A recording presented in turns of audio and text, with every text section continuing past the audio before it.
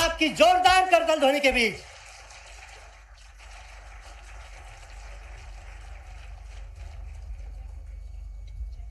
नागरिक सुरक्षा समागम। इस कार्यक्रम में मंच पर विराजमान डीजी होमगार्ड श्रीमती प्रज्ञा ऋचा जी,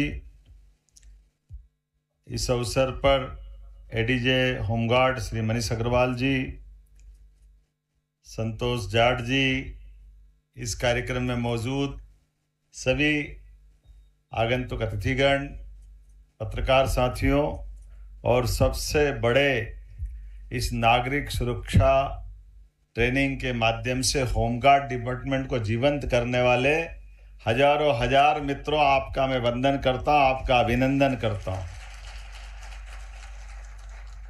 कितने प्रकार से आपने इसको संयोजन किया है।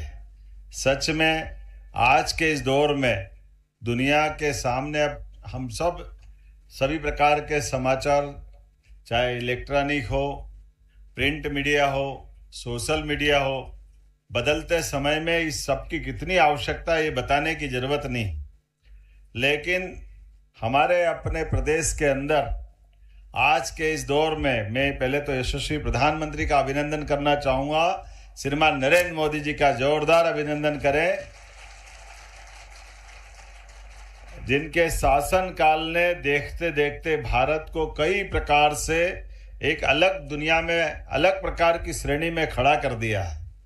एक तरफ हमारे प्रदेश के अंदर ये जो कुछ घटनाएं बताई है, आकस्मिक आतंकवादियों की जब घटना होती है, ऐसे में हमारे देश के अंदर असावधानी का लाभ लेकर के कई बार बड़ी बड़ी घटनाएं हो जाती थी।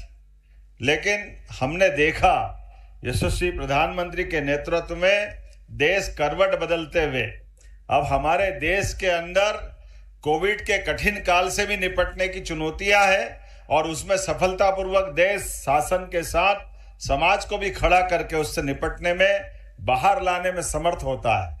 उतना ही नहीं, और आगे बढ़ते हुए जिस प्रकार का अपना ऋतुओं का चक्र है, प्राकृतिक आपदाएं हैं, बाढ़ हो, भूस्खलन हो, अग्नि की कोई घटना हो, राहत बचाव के कोई घटनाक्रम चल रहा हो, और आपके साथ तो बाढ़ के साथ सर्पदंश की घटना की भी ये जो आपके बारे में जो मैंने ध्यान दिया है, ये ट्रेनिंग दी।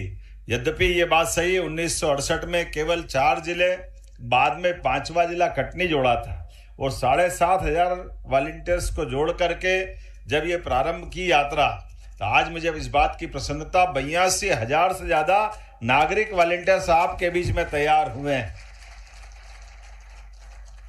और ऐसे समय में जब हमारे सभी प्रकार की सुविधाओं की, खास करके रोड एक्सीडेंट की चुनौतियां भी, रोड जब अच्छे बन रहे हैं, बड़े पैमाने पे बन रहे हैं, तो ये जो आपके सभी प्रकार के बचाव के संसाधनों की जो ट्रेनिंग दी, समाज को इस बात की आवश्यकता है। मैं होमगार्ड को बधाई देना चाहता हूं, समय रहते आपने जागृत करने का प्रयास किया। सच में मैं आपको बधाई दे रहा हूं। दुनिया युद्ध के मुहाने पे खड़ी है, ऐसे में चुनौतियों से डरने से बात नहीं बनेगी। हम तो अपने विक्रमादित्य की वीरता वाले लोग हैं। कल गुड़ी पड़वा का पावन पर्व भी है, और जहां डर है वहां मौत है, और जहां निडर है वहां जीवन है। और जीवन को जीवन की तरह रखने के लिए आपके माध्यम से ये जो हमारी बेटियों ने अपना पराक्रम पुरुषार्थ दिखाया, जोरदार अभिनंदन करें। हमारे इस वर्तमान के समय में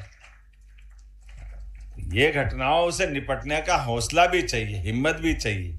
और हमारे यहाँ तो नर और नारी बराबर, हम तो भाई बहनों के बीच में इस भाव को लाते ही लाते हैं। आज के समय में सभी प्रकार से आपने बेहतर प्रबंधन किए।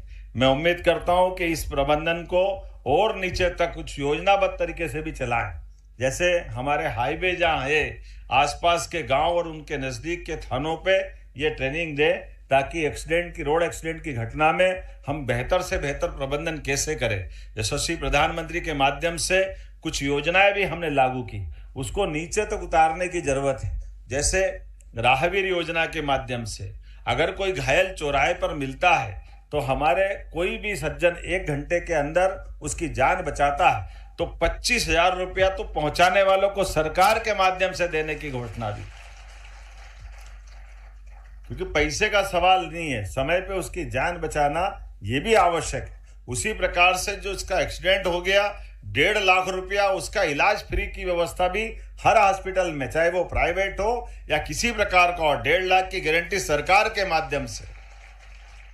और अब थोड़ा संशोधन और कर देना, हमने एयर एम्बुलेंस भी चलाई, ऐसे में एयर एम्बुलेंस का उपयोग भी होना चाहिए। हमारे लिए एयर एम्बुलेंस से गरीब आदमी की भी जान अगर कोई कारण से किसी जगह पे वो खतरे में है तो हम उसको और उन्नत हॉस्पिटल की सुविधा देने के लिए, पहुंचाने के लिए, जहां हवाई पट्टी है वहां प्लेन और जहां हेलीपैड हो सकता है वहां से रेस्क्यू कराने की व्यवस्था भी सरकार के माध्यम से हुई है, हेलीकॉप्टर की एयर एम्बुलेंस की सुविधा के माध्यम से। तो ये आने वाले समय में ये सुविधाएं, मुझे इस बात की प्रसन्नता भी है, पूरे देश में सबसे पहले एयर एम्बुलेंस की सुविधा देने वाला अगर कोई राज्य है तो हमारा मध्य प्रदेश वो राज्य है जहां हमने ये प्रबंधन किए।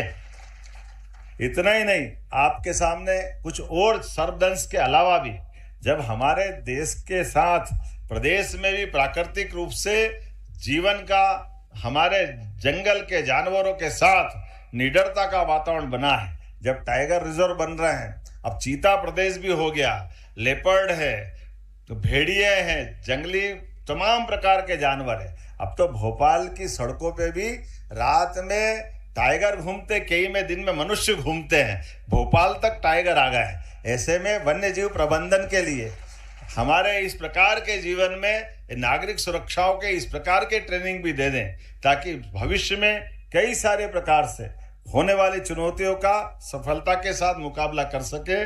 लेकिन सच में मेरी अपनी ओर से होमगार्ड डिपार्टमेंट को, ये नागरिक सुरक्षा और खासकर इसके जुड़े हुए सारे वरिष्ठ अधिकारियों को, ट्रेनर्स को, सबको मैं बधाई देता हूं और हृदय से अभिनंदन करता हूं।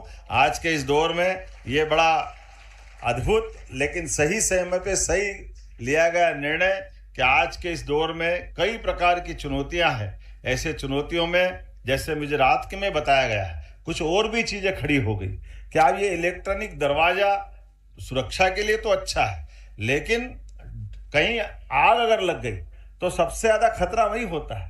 कल आज बीती रात सुबह 4 बजे अंदर का डोर इलेक्ट्रॉनिक बंद हुआ और ये जो ईवी व्हीकल होते हैं आजकल, इनका चार्जर लगा करके उसको अपने घर के अंदर रखा। अब दुर्भाग्य से घटना ये घटती है कि उस चार्जर से आग लग गई और ऐसे में 7-8 लोग अंदर ही रह गए और दुर्भाग्य से उनकी निधन हो गया। अभी बड़ी नई प्रकार की चुनौती है। इलेक्ट्रॉनिक चार्जर भी जरूरी है, लेकिन इनसे जान की सुरक्षा भी कैसे करें और घर के अंदर भी इन सारे प्रबंधन से आपदा के समय निकल के आने का। एक तरफ ये इलेक्ट्रॉनिक डोर हमको सुरक्षा तो देते हैं, लेकिन ऐसे चुनौती के समय में वो हमारी जान की आफत बन जाते हैं। ऐसे नए नए प्रकार की बहुत सारी चुनौती बनती जा रही है, लेकिन मुझे पूरा भरोसा है हमारे विभाग के लोग और हम सब मिलकर के सारी चुनौतियों से पार पाएंगे। और इसी प्रकार से नागरिक सुरक्षा समागम के इस 3 दिन के आयोजन के लिए मैं शुभकामना देता हूं और उम्मीद करता हूं लगातार ये क्रम जारी रहे।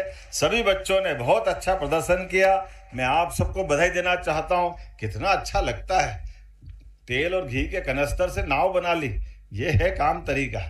डब्बे तो जोड़े और क्या करा, डब्बे से नाव बन जाए, ये रस्सियों से पुल बन जाए, आपदा में से अवसर निकाल करके मूल सेवा सुविधा की रास्ता बना लें, यही तो तरीका होना चाहिए।